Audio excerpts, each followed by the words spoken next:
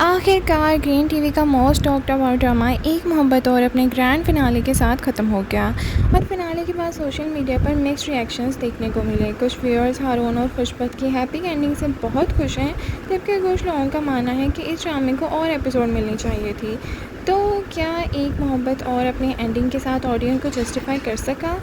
आइए करते हैं कंप्लीट रिव्यू। अस्सलाम वालेकुम नाज़रीन, welcome back to my channel. Last episode ने स्टोरी को एक पॉजिटिव और होपफुल नोट पर कंक्लूड किया है और हारून मलिक ने अपनी इंटेलिजेंस और प्लानिंग के ज़रिए चौधरी साहब के ख़िलाफ़ गेम पलट दी। मुशबत के करियर लाइफ बच गई और उसे रेजिग्नेशन देने की ज़रूरत नहीं पड़ी। सबसे इम्पॉर्टेंट बात ये रही कि हारून और खुशबक दोनों ने अपनी प्रोफेशनल लाइफ भी कंटिन्यू रखी और अपनी पर्सनल लाइफ में भी खुशी हासिल कर ली।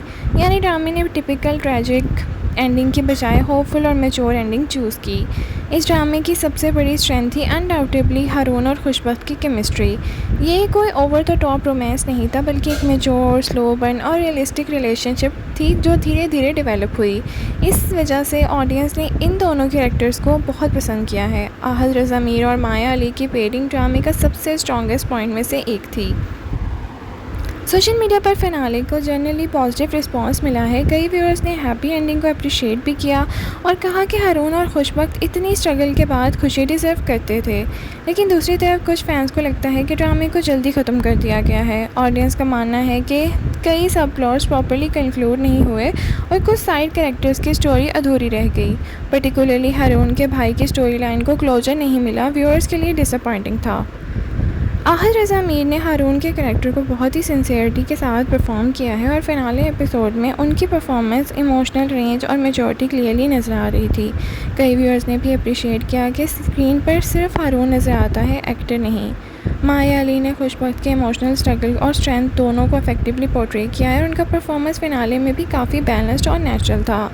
सोनिया का character through out the drama audience का फेवरेट रहा। फिनाले में भी उनका रोल इम्पैक्टफुल था और उनकी जर्नी को एक डिसेंट क्लोजर भी मिला। तो चलिए अब बात करते हैं डायरेक्शन की। यहाँ अनफॉर्चुनेटली ऑडियंस की सबसे बड़ी कंप्लेंट सामने आई है। ड्रामे की डायरेक्शन और एडिटिंग को काफ़ी क्रिटिसाइज़ भी किया गया है। कई व्यूअर्स का कहना है कि स्टोरी और सीन्स के बीच सिंक्रोनाइजेशन वीक थी और कुछ इंपॉर्टेंट मोमेंट्स को और भी बेहतर एग्जीक्यूट किया जा सकता था, लेकिन फिनाले की इमोशनल इम्पैक्ट फिर भी काफ़ी हद तक मेंटेन रहा।